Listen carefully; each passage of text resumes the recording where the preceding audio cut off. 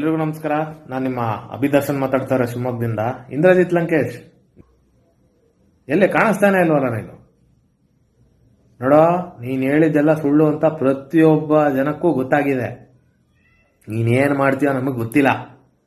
ನೀನು ಬಂದ್ಬಿಟ್ಟು ನಮ್ಮ ಬಾಸ್ ಹತ್ರ ಪಬ್ಲಿಕಲ್ಲಿ ಕ್ಷಮೆ ಕೇಳಬೇಕಷ್ಟೇ. ನೀನು ತಪ್ಪಾಯಿತು ಅವ್ರಿಗೆ ಕೇಳೋದಲ್ಲ, ಅವ್ರ ಅಭಿಮಾನಿಗಳಿಗೂ ಕೇಳ್ಬೇಕು. ನೀನು ಏನೇನೆಲ್ಲ ಮಾತಾಡಿದ್ಯಾ ತಲೆಯಲ್ಲಿ ಇದೆಯಾ ತಾನೆ? ಮರ್ಯಾದೆಯಿಂದ ಹೇಳ್ತಾ ಇದ್ದೀವಿ, ಎಲ್ಲ ಅಭಿಮಾನಿಗಳು ಹೇಳ್ತಾ ಇದ್ದೀವಿ.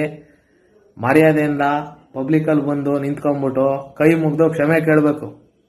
ಆದರೆ ನಮ್ಮ ಬಾಸ್ ಕಾಲಿಗೆ ಬಿದ್ದು ಕ್ಷಮೆ ಕೇಳು. ಅಂತ ದೊಡ್ಡ ತಪ್ಪು ಮಾಡಿದ್ಯಾ ನೀನು.